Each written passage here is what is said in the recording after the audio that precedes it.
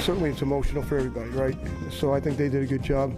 There's a bunch of grown men of handling their emotions throughout the week, putting them in perspective when it was time to go play the game. It is a job for all of us, and again, they seem to do a really good job with it.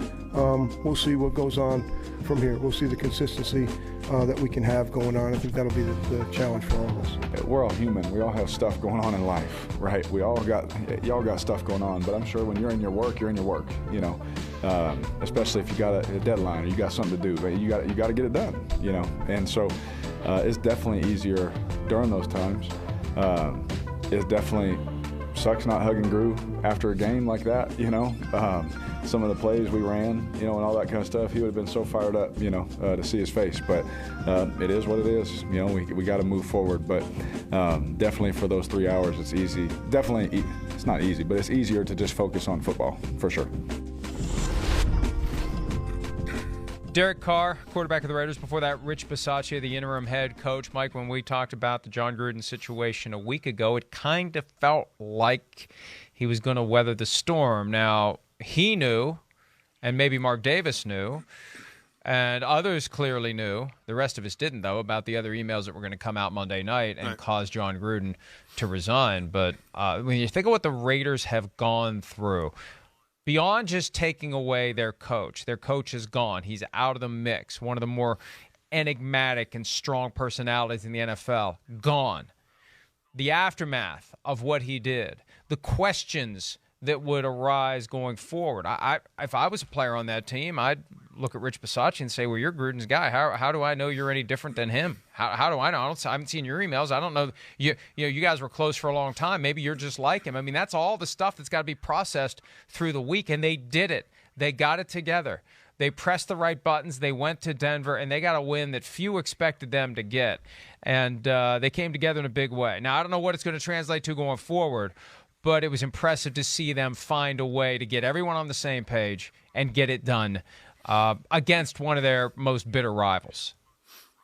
So what happens, Mike, is sometimes that things that happen with a team, you're affected most when you're outside of the locker room, because that's when you hear the noise here and there and you're not really doing anything team-related. The safe haven for the players is when you're in the meeting room and you're on the field, on the practice field. Now you're doing football. When I have a game plan in front of me, I got to study that game plan. It's not wondering if Coach Bisaccia is like Jon Gruden. Everybody kind of gets the benefit of the doubt until you don't get the benefit of the doubt anymore. So I don't think there were many eyes on him that said, I'm wondering if you're like Jon. It was like, okay, you're our leader now.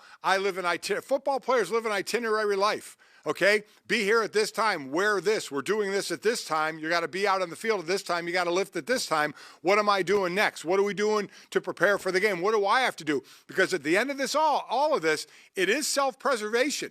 Each player, and everybody's in a different position. Not everybody's the star. There's a lot of, I call them foot soldiers out there who want to have a job and want to keep a job and want a new contract, or if they don't get one in there, want to be with another team. So they know they got to do this when they get in the meeting room. They got to get in the weight room and do this, and they have to take care of their job. That's all you ask of every teammate. Take care of your responsibility. There's a lot of this going on right now, and it can't get any more damning than it being your head coach and him running the gamut on saying what he said about all the different people he said it about. I mean, it blows your mind what he did. So I get people sitting in the locker room going, okay, maybe I thought he wasn't, but did anybody think he was that he would offend that many people? I think that surprised some folks. So I get it if you're in the locker room going, wow, I didn't see all this coming.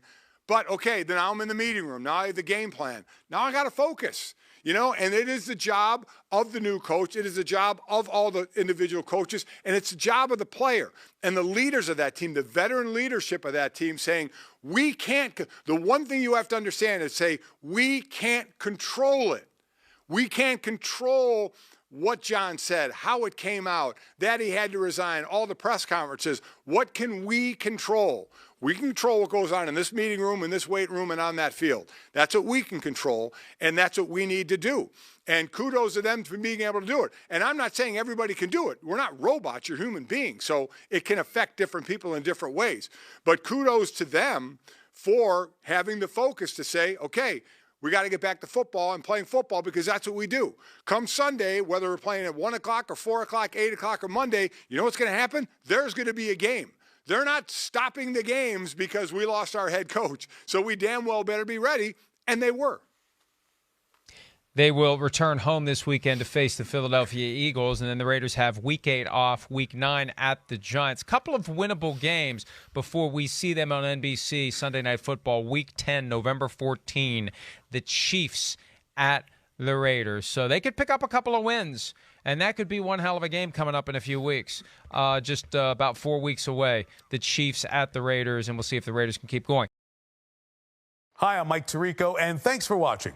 Make sure to hit subscribe for the latest news and highlights from NBC Sports.